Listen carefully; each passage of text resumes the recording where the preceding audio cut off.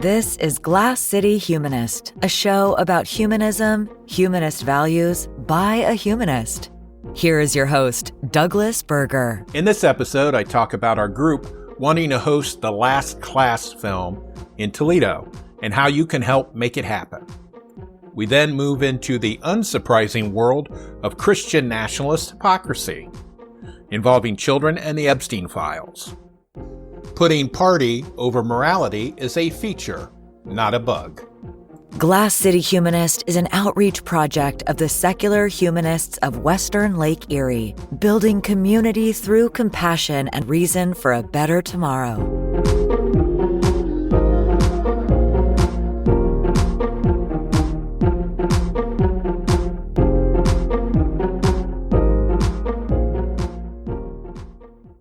If you follow liberal or progressive political content on the internet, one of the commentators that I've been listening to and watching for quite some time is Robert Reich.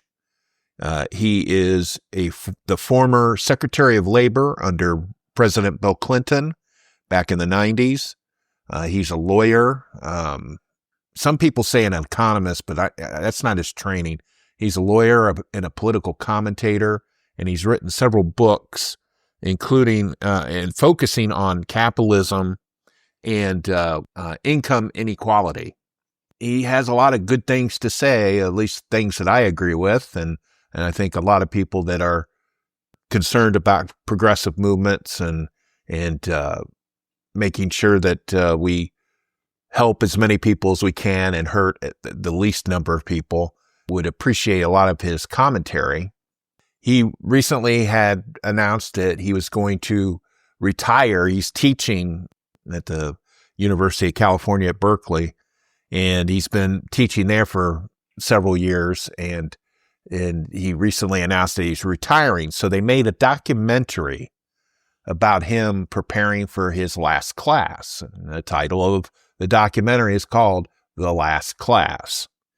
And his content creation company is allowing local groups to host a showing of this documentary for people with like-minded views that share those views. And you can use it as a sort of fundraiser if you get enough people to show up. And so the secular humanists of Western Lake Erie here in Toledo signed up. And so we are hosting a showing of the documentary, The Last Class, tentatively. Because the way it works, we weren't required to pay any money up front. It's going to be shown at the Franklin Park Mall movie theater. And so normally, if you want to do that, is you have to rent the theater, you have to pay money to book the film, etc., and set up the ticketing and things like that. Well, we weren't required to pay any money up front. What it does is, because we're a small group and we don't have a lot of money, we can't just cut a check for this film. And so we have to depend on people buying tickets. And the theater limit, the number of people we can fit in the theater, is about 90 people. So like I said, it's a good film, a good documentary. I think it played at Sundance and places like that. And I've seen the trailer. It looks really nice. And I really like the guy, Robert Reich. I really like his take on the economy and wealth inequality and income inequality, and I agree with a lot of the things that he talks about. And I think humanists would agree with a lot of things that he talks about. So here's the blurb. All right. So join us for a screening of The Last Class at Cinemark Franklin Park 16. The Last Class is a nuanced and deeply personal portrait of master educator Robert Reich teaching his final course and reflecting on a period of immense transformation, personally and globally. It is a love letter to education. The former Secretary of Labor might be famous for his public service, best-selling books and viral social media posts, but he always considered teaching his true calling. Now, after over 40 years and an extraordinary 40,000 students, Reich is preparing for his last class. Over the course of the film, Reich confronts the impending finality and his own aging. He's 79 years old, with increasing candor, introspection, and ultimately emotion. He displays a rawness of feeling he has never shared publicly before. Drawing on his lifetime in politics, he uses his class, Wealth and Poverty, to offer us all a deeper look at why inequalities of income and wealth have widened significantly since the late 1970s, and why this poses dangerous risks to our society. And currently, we are seeing that. We are seeing those risks. And in this blurb here, we added humanists support education based on the truth, facts, and data. We also support social justice issues that Robert Reich talks about, and we are also concerned about income inequalities. So, if you would like to attend this showing and help us promote the topics that Robert Reich talks about, and we have a website, or it's part of the organization that we worked with to book it, and it's their website and their ticketing system. And you can reach it at bit.ly/lastclass-Toledo 2025. That's bit.ly/lastclass-Toledo 2025. And it should be a good time, and you really will enjoy it.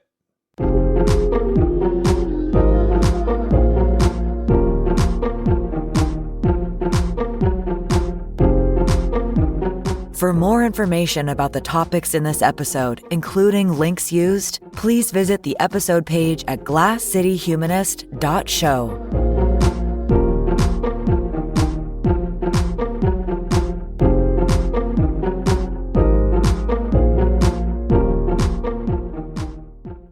Before we get to the main story, where I talk about Christian nationalists and their hypocrisy when it comes to the Epstein files, I wanted to mention that as a private citizen, not as a member of a group or anything like that, I had sent a letter to the editor of the Toledo Blade, basically saying the same thing, but in a short letter to the editor. And it was published in the print edition of the Toledo Blade on August the 3rd. And I'll have a copy of the letter, and then a link to, if you are able to get past their paywall, and you can read it online. But basically, what it was is I sent this in about why conservative politicians have been so hesitant to speak out about the Epstein files when it involves child sex trafficking, something that they have claimed that they are against. I mean, they just had a conference or task force or something here in the state of Ohio about child sex trafficking. So obviously they're wanting to get rid of it and punish the people that do it. But for some reason, it seems like a lot of these elected political conservatives have put their party above morality, which we see quite a bit. And so I wanted to call them out on it. So here's the text of the letter that I wrote. This is what I submitted. Why is it, when accountability is called for, there seems to be deafening silence from our elected officials? I believe there is a strong consensus, not just a liberal or conservative view, that crimes against children are a heinous crime, needing strong justice and lengthy prison terms. As well as, I didn't put this in the letter, but as well as treatment, psychological treatment. Many conservative politicians, including the ones who represent parts of Northwest Ohio, tend to have a mantra of protecting the children. One of our local state representatives even tried to pass a bill to ban drag shows And his reasoning was to protect the children from exposure to drag queens. And another local state representative who happens to live in the Fremont area led the effort to prohibit parents from getting their children gender-affirming care, and his reasoning was to protect the children. One would think these conservatives who claim to want to protect the children would be front and center in demanding that the Epstein files be released in Washington. Instead, we get silence. And in the case of the transphobic representative, he was indifferent when confronted about the issue by a citizen. I find that very disappointing. And I am not playing political games with this issue, okay? I just don't like hypocrites. I hate hypocrites, especially when they wear their religion on their sleeve and they claim that they're protecting the children, and that is not the case. And so that's basically my take on this whole Epstein file issue, and this is what we're going to talk about in the next segment.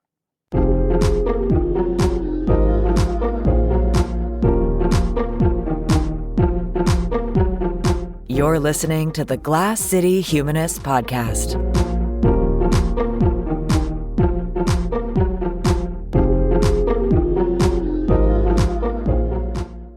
Okay, so everybody who is listening to this episode should know who Jeffrey Epstein is. Been playing a large part in the news recently. Again, Jeffrey Epstein was a money guy and Wall Street money guy and a convicted child sex offender. He was also charged with sex trafficking. And that is what he was under indictment for in August of 2019 when he was found dead in his jail cell in New York City. And ever since then, he has loomed large, a large cloud over President Trump. Why? Because they were best buddies for many years. And we all know Trump's kind of a creepy guy when it comes to younger women. I mean, they even had him in an interview talking about how if his daughter wasn't his daughter, he'd want to date her, that sort of thing, that creepy stuff. So it's not impossible to imagine that Trump and Epstein were buddies because they shared so much in common, not so much the money part, but the fact that they both loved young women. The problem was Jeffrey Epstein was trafficking people, moving them between countries and procuring women who were definitely underage. And he had already been convicted of it in a state court. And the feds got involved in 2019. But President Trump, during the campaign, pretty much said that the Epstein files, the investigative files, should be released. And the reason why, it was that whole part of that going after Hunter Biden type salaciousness that the Republican Party likes to do, is basically they assumed, especially Trump assumed, that the Epstein files contained a number of names, mostly Democratic names, that they could use to smear people if those records were ever released. So he went through the whole entire campaign talking about it. And so then we cut forward to February of this year when Pam Bondi brought some conservative and MAGA influencers and social media people into the White House and gave them binders. And it said Epstein Files, Phase 1, or something like that. But that's what they claimed, that it was the start of the release of the Epstein Files. Then we cut forward to, I believe it was June, and the Department of Justice released a statement saying that the Epstein Files were not going to be released because there was no list, and they just decided that there was nothing there. And of course, the MAGA people had a meltdown because Trump had been playing this up for a couple of years, and it looked like that they were going to release it. And so they'd be able to have their dream of knowing that all these Democrats were pedophiles, just like that they believed from QAnon and the Pizzagate stuff. And this was their holy grail, and they were going to be saved. Thank you, Donald Trump. And then they didn't release them. So they had a meltdown. And Trump has been fighting it now for weeks. And the reason why he's fighting it is because he doesn't like being wrong. He refuses to admit that he's wrong. And so he's been throwing crap at the wall to see what sticks. First, he was saying that there was no list, that he didn't know Epstein, which is false. And then they were talking about how the Epstein files were created by Obama and Comey when they were actually created when Epstein was arrested in 2019 during Trump's term. The guy in Palm Beach that gave Jeffrey Epstein a sweetheart plea bargain, Acosta, became Trump's labor secretary in his first term, and he ended up having to resign when this issue blew up in 2019. And so, this has been going on now for 4 or 5 years where this Jeffrey Epstein stuff is. And the thing is, the reason why it's such a big deal, at least in the media, is because this affects the elite class, the elites, the Harvard and Yale people, the people that run the government, the corporation people. I mean, having an association with Jeffrey Epstein was like poison for some people. Billionaire Leslie Wexner employed Jeffrey Epstein to be his financial advisor and even gave him power of attorney for several years. Jeffrey Epstein even had a house on the Wexner compound in New Albany outside of Columbus. The backlash from knowing and employing Jeffrey Epstein was so severe for Wexner that he ended up having to retire from his company. They kind of forced him out. And who else lost big on that, knowing Epstein? Alan Dershowitz, the criminal defense attorney. He is so intertwined with Epstein. He's the one that worked out the sweetheart plea bargain. And so his name is mud currently. Bill Gates possibly got a divorce, lost his marriage because he associated with Jeffrey Epstein, even after Epstein had been convicted and served time for prostitution, soliciting prostitution. He met Epstein in 2011 after he had already served his time. So that's part of the news. And that's not proven, but more than likely that's what happened, that he got involved with the shenanigans with Jeffrey Epstein, and it eventually cost him his marriage. But anyway, the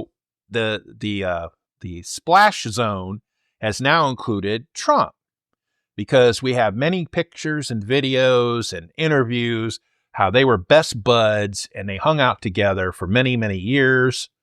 And then, of course, Trump is saying that he didn't know that this guy was a pedophile.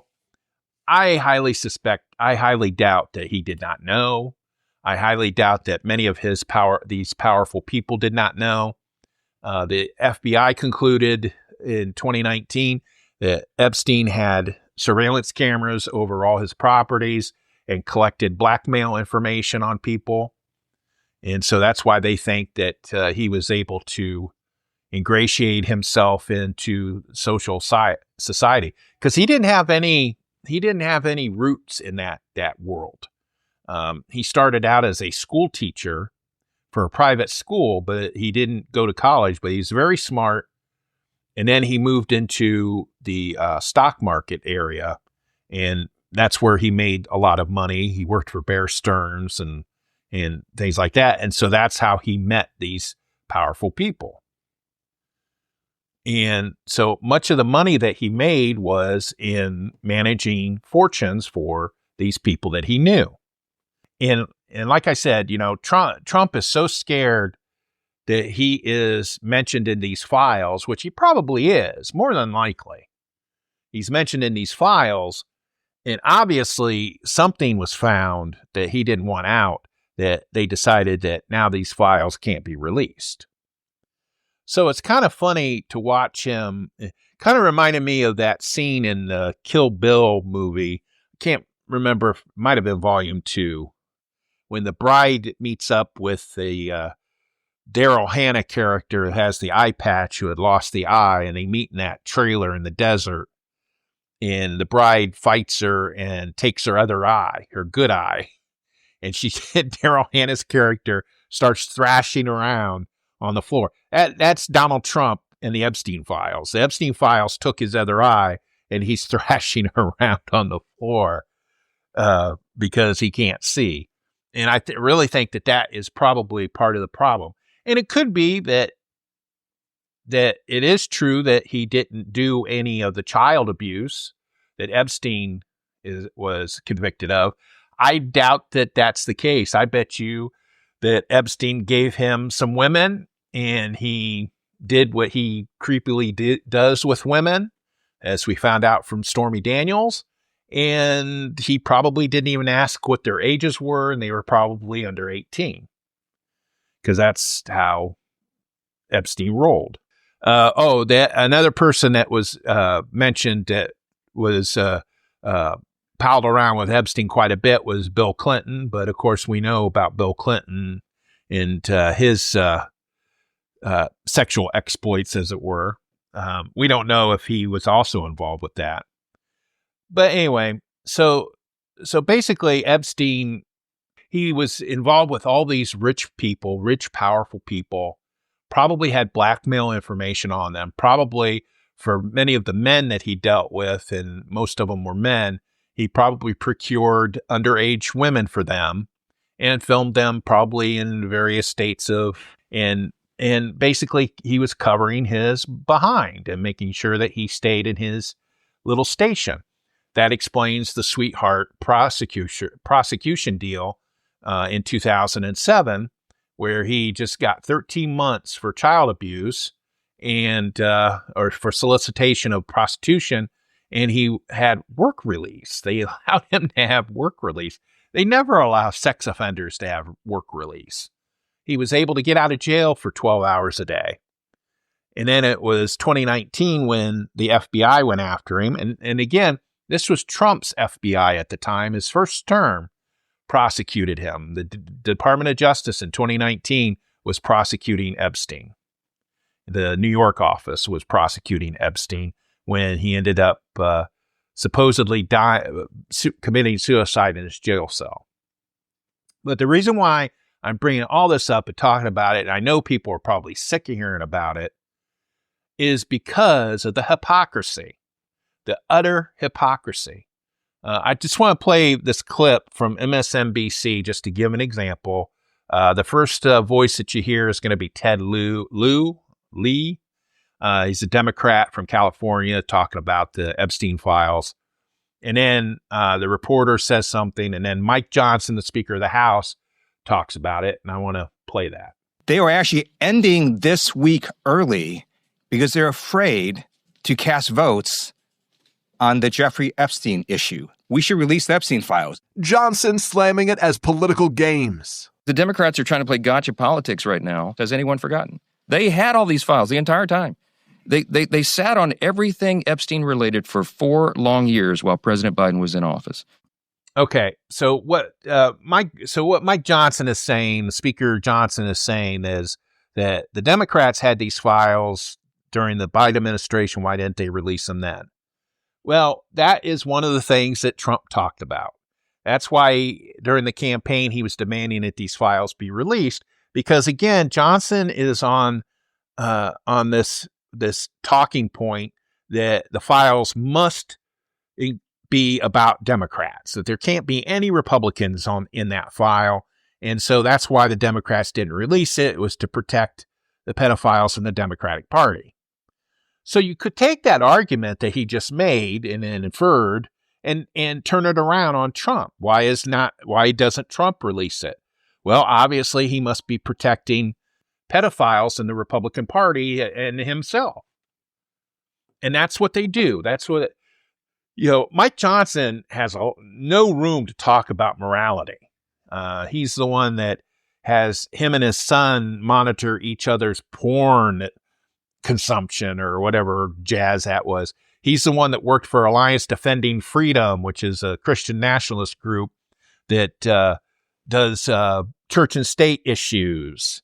He's the one that allowed the prayer, the Bible study, where the Pastor Dollinger said that Jesus didn't say that you should help poor people, or the Bible doesn't say you should help poor people. This is Mike Johnson. This is Speaker Johnson, Mr. Christian. He wears his Christianity on his sleeve. So he has no room to talk about morality when he's protecting pedophiles. And that is short of murder. I think murder is probably the worst crime somebody could commit. The second worst crime, or it might even be the same, is child sex abuse. That's why it bothers me that there's so many Catholic priests that haven't been prosecuted. The Houston Chronicle had a piece about there was over 300 members of the ministry in the Southern Baptist Conference that had been charged or convicted of child abuse or child sex crimes. How many priests have there been worldwide that have not been prosecuted at some point or been accused of child sex abuse? And not to mention that there was a recent report that Trump's Department of Justice is weighing in on a lawsuit in Washington State where the Catholic Church is suing the state over a law that requires priests to be reporters of abuse. Teachers and doctors and law enforcement and people like that are required to report suspected child abuse, and they passed this law to apply to priests. And the Catholic Church is fighting it for religious freedom reasons. And the Trump Department of Justice is on their side of protecting pedophiles. I could almost tell you point blank that there are no trans kids, there are no drag queens, and there are no atheists. Well, I can't say that, but there's no trans kids and there's no drag queens in the Epstein files. Pretty much, I could probably much tell you. Now, the reason why I hedged on the atheist part is because I forgot that one of the people that worked with Epstein, who's been photographed with Epstein, that considered him a friend, is Steven Pinker, who is one of the people in the free thought community that I personally don't like anymore, because not just because of that, but because he's anti-trans and stuff like that. So, but he palled around with Epstein. So I can't say atheists might not be in there. But anyway, so here are these holy rollers, these people that think that they know more than you do about morality, and they're the ones that are always getting in trouble. They're the ones that are the adulterers. They're the ones that are the child sex traffickers. They are the sex abusers. They try to ban abortion because they want to control women. And that's the thing. Every time there's somebody that is a holy roller that comes in, it's like Marjorie Taylor Greene talks about cloud seeding. Well, she cheated on her husband. The Boebert, the lady congresswoman in Colorado, she was caught masturbating her boyfriend during a theater performance. All these people, when people publicly wear their religion on their sleeve, you can know that there's something in their closet that they don't want you to know about. I can almost guarantee you that that is the case. And I can almost guarantee you that Donald Trump benefited from his friendship with Jeffrey Epstein by getting women to have sex with. Now, the question becomes if he knew that they were underage or not. I'm going to say he probably did, because he has said that he liked younger women. You know, all his past wives have been younger than the previous one. And like I said, there was that creepy thing that he said about his daughter years ago. So I think it's probable that Trump benefited from the procurement of those underage girls, that he knew they were underage, that he had sex with them, and that he just assumed that his didn't stink. And that's why he demanded that the Epstein files be released, because he thought it only probably contained Democrats, because he thought, since it was his Department of Justice during his first term, that's what they put in it. And then I think he found out that that's not the case. So that's why he's throwing crap on the wall. That's why he's claiming that it was written by Obama, that Obama should be in jail for treason, and it just goes on and on and on. And I did not have on my big bingo card that a convicted child sex offender would be the Achilles heel of Donald J. Trump.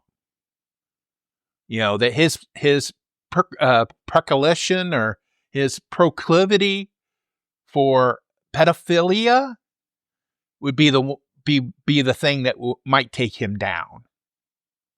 I did not have that on my bingo card. So it's going to be interesting. But like I said, the thing that I hate the most are hypocrites. And the Christian right, the Christian nationalists like Speaker Johnson, are at the top of that list. Thank you for listening.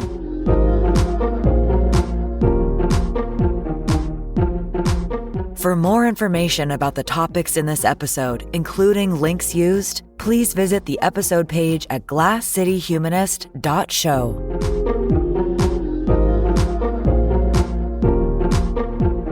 Showlee can be reached at humanistswle.org. Glass City Humanist is hosted, written, and produced by Douglas Berger, and he's solely responsible for the content.